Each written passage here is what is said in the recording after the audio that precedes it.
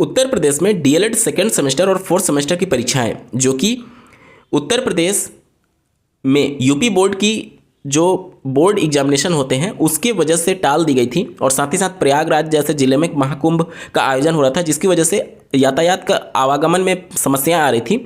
वहाँ पर परीक्षाओं को लेकर के थोड़ी सी समस्या थी जिसकी वजह से पहला तो कारण था एग्जामिनेशन सेंटर अवेलेबल ना होना और दूसरा महाकुंभ जिसकी वजह से ये जो पूरा सेमेस्टर एग्जाम था डीएलएड का वो टाल दिया गया था पीएनपी के द्वारा। और एक पब्लिक नोटिस में ये बताया गया था कि जो डीएलएड की सेमेस्टर एग्जामिनेशन है वो मार्च माह के तीसरे से चौथे सप्ताह तक होना प्रस्तावित है। उसको लेकर के तिथियों पर अब विचार विमर्श किया जा रहा है और लगभग तिथियां जो हैं वो फाइनल हो चुकी है। इस वीडियो में हम लोग बात करेंगे कि सेकंड और फोर्थ सेमेस्टर की सेमेस्टर एग्जामिनेशन कब से होने जा रहे हैं। नमस्कार दोस्तों, मेरा नाम है नीरज, आप देख रहे हैं कैरियर बिट यूट्यूब चैनल। अगर आप इस चैनल पर पहली बार विजिट कर रहे हैं तो इसको सब्सक्राइब करते हुए बेल आइकन को प्रेस करना ना भूलें। पीएनपी से प्राप्त सूचना के अनुसार अभी ये हालांकि कोई ऑफिशियल नोटिफिकेशन जारी नहीं हुआ है, लेकिन जिस तरीके से पीएनपी से सूचना प्राप्त हो रही है उसके हिसाब से जो तिथियां लगभग प्रस्तावित हैं वो 17-18 मार्च 2025 प्रस्तावित है डीएलएड की सेकेंड सेमेस्टर परीक्षा के लिए। और जो फोर्थ सेमेस्टर की परीक्षा है वो 20, 21 और 22 मार्च को होना प्रस्तावित है। मैं फिर से एक बार तिथियों को रिपीट कर रहा हूँ। सेकेंड सेमेस्टर की जो परीक्षा है वो 17, 18, 19 मार्च 2025 को होना प्रस्तावित है और जो फोर्थ सेमेस्टर की परीक्षा है वो 20, 21 और 22 मार्च को होना प्रस्तावित है। अभी अंतिम मोहर लगना बाकी है, लेकिन बहुत ज़्यादा संभावना है, प्रबल संभावनाएं बन रही हैं कि इसी तिथियों में आपके सेमेस्टर के एग्जामिनेशन कंडक्ट कराए जाएंगे। मैं फिर से रिपीट कर रहा हूँ, ऑफिशियल नोटिफिकेशन अभी कुछ भी नहीं है, लेकिन इस तिथियों की प्रबल संभावना बन रही है। आप अपनी तैयारियों में लग जाइए।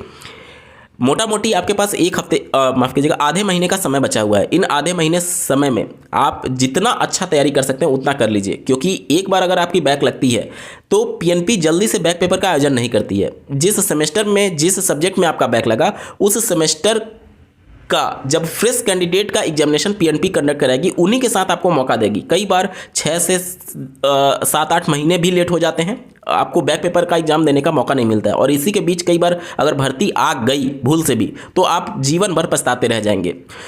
उत्तर प्रदेश में जो बीटीसी 2015 बैच है उनके लिए जो लास्ट वैकेंसी आई थी 69,000 शिक्षक भर्ती, उसमें बहुत सारे कैंडिडेट की बैक लग गई थी।